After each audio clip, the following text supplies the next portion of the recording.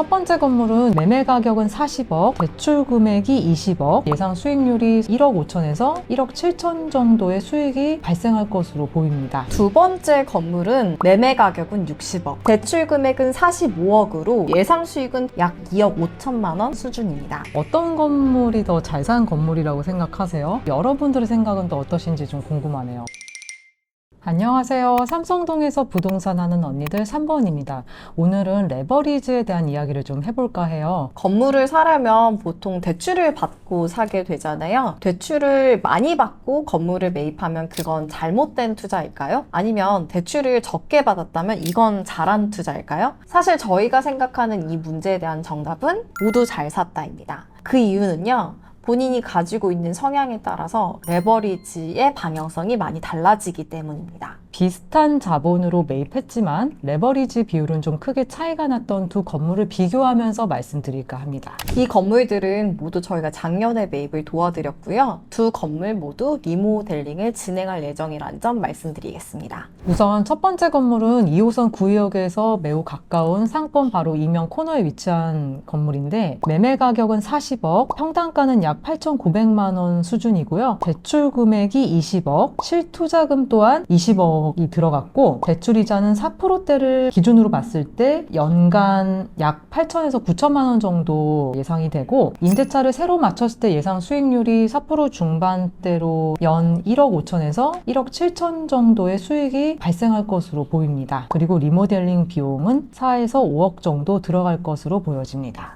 첫 번째 건물을 매입한 매수자분은 레버리지 비율을 전체 매가의 50%로 하셔서 건물을 매입을 하셨고 굉장히 안정적인 투자를 선택하셨다고 보여지는데요. 이런 맥락에서 조금 더 첫 번째 건물의 장점을 간략하게 덧붙여서 말씀드리자면 이 건물이 구역 상권 이면 코너 준수거 지역에 위치해 있고 지구 단위 계획 구역 안에 있지만 단독 개발이 또 가능하다는 장점이 있었고 이 주변 상권을 좀 비교를 해봤을 때 40억대 꼬마 빌딩을 구하기가 사실 그렇게 쉬운 일은 또 아닐 수 있잖아요. 맞아요. 접근이 상대적으로 좀 쉬울 수 있는 그런 40억으로 매입을 하셨다는 것도 굉장히 좋은 볼륨대의 매매 사례가 아니었나 그렇게 또 분석이 될 것 같습니다. 두 번째 건물은 석촌호수에서 방이동 먹자 골목으로 진입하는 초입에 위치해 있고요. 매매 가격은 60억, 평당가는 약 9천만 원 정도입니다. 대출 금액은 45억으로 실투자금은 첫 번째 건물과 비슷한 수준인 15억 정도입니다. 대출 이자는 연으로 2억 정도 이자가 발생을 합니다. 그리고 예상 수익은 첫 번째 건물과 마찬가지로 4% 중반대로 약 2억 5천만 원에서 2억 6천만 원 수준입니다. 리모델링 비용은 저희가 한 5, 6억 정도 예상이 되고 있습니다. 레버리지 비율만 본다면 75% 정도입니다. 다소 높은 편이라고 생각하실 텐데요. 이분께서는 본인이 가진 최소한의 자본으로 최대한 가치가 있는 건물을 매입하시고 싶어 하셨어요. 그렇기 때문에 레버리지를 많이 일으켰던 편입니다.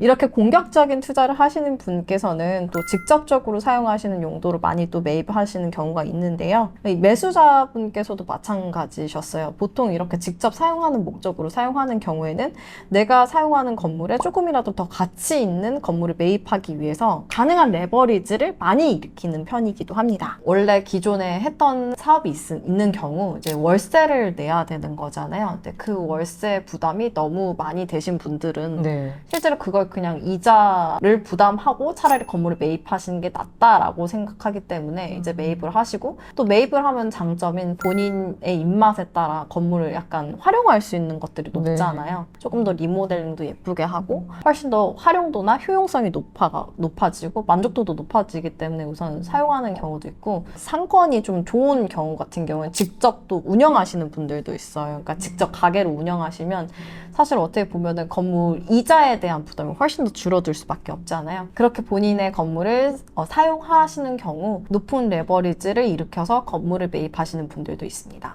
이렇게 두 건물을 놓고 비교해봤을 때 어떤 건물이 더 잘 산 건물이라고 생각하세요? 여러분들의 생각은 또 어떠신지 좀 궁금하네요. 제가 정말 여러 매수자분들을 만나왔지만 본인이 어떠한 성향인지를 파악을 못 하시는 분들이 많습니다. 근데 그게 가장 어려운 포인트라고 생각을 하거든요. 왜냐하면 본인의 성향에 따라 레버리지 비율이 많이 달라지는데 그렇죠. 저분은 얼마 벌었다. 저분은 뭐 이런 투자를 해가지고 10억을 벌었다. 20억을 벌었다. 뭐 크게는 뭐 70억을 벌었다. 약간 이러한 것들에 휘둘려가지고 본인이 안 맞는 투자를 하시는 분들이 많거든요.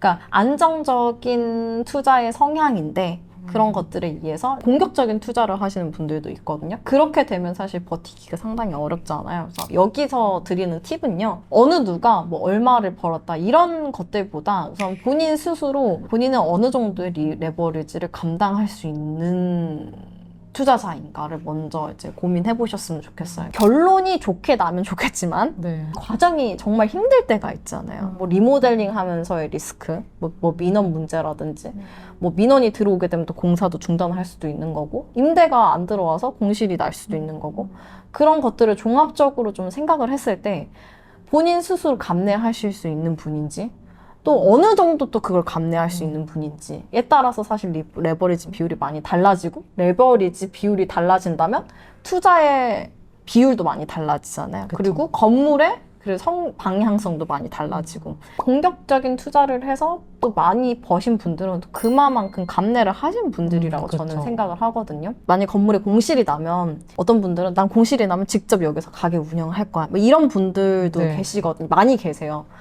그래서 수익률에 대한 레버리지를 일으켜도 난 상관이 없어. 근데 이게 안 되시는 분들도 있잖아요. 정답은 없습니다. 그렇기 때문에 본인 스스로가 사실 정답이라고 생각하거든요, 저는.